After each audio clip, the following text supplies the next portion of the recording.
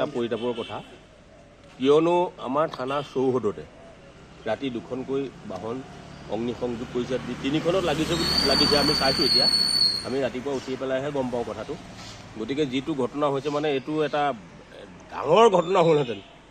কোনোবাই প্ৰত্যক্ষ কৰিলে বুলিহে নহ'লে গোটেই থানাই গোটেইখন জ্বলি গ'লহেঁতেন আমি এটাই অনুৰোধ জনাম পুলিচ প্ৰশাসনক আপোনালোকে এটা উচিত তদন্ত কৰি যি এই কামটো কৰিছে বিহিত ব্যৱস্থা কৰিব লাগে কাৰণ থানা সন্মুখতে যদি থানাৰ গাড়ী সুৰক্ষিত নহয় বাকী কি সুৰক্ষিত হ'ব আচলতে থানাখনে আচলতে সেইটো আমি ক'ব নোৱাৰিম নহয় কাৰণ কিয় ৰাতি থৈ দিয়া ইয়াতে বছৰ ধৰি পেলাই ইয়াতে গাড়ীখিনি থাকে আজিলৈকেতো এইটো ঘটনা হোৱা নাই কালি হৈছে গতিকে এইটো নিশ্চয় কোনোবা দুৰ্বৃত্তই জ্বলাব লাগিব গতিকে সেই দুৰ্বৃত্তক পুলিচ প্ৰশাসনে তদন্ত কৰি উলিয়াই পেলাই উচিত শাস্তি ব্যৱস্থা কৰিবলৈ আমি অনুৰোধ জনাইছোঁ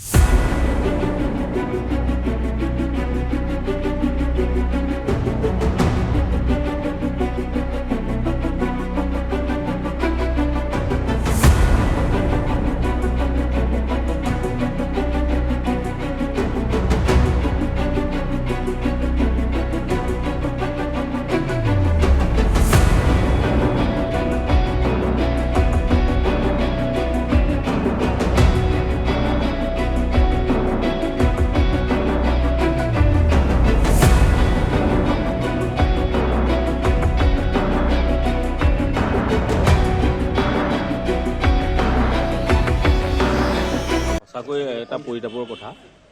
কিয়নো আমাৰ থানাৰ চৌহদতে ৰাতি দুখনকৈ বাহন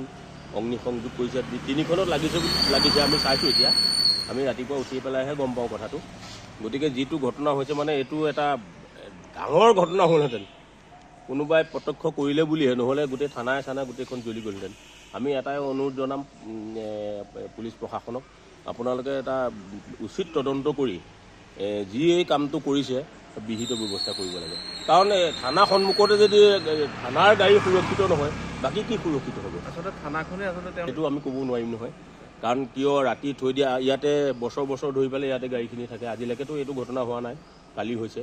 গতিকে এইটো নিশ্চয় কোনোবা দুৰ্বৃত্তই জ্বলাব লাগিব গতিকে সেই দুৰ্বৃত্তক পুলিচ প্ৰশাসনে তদন্ত কৰি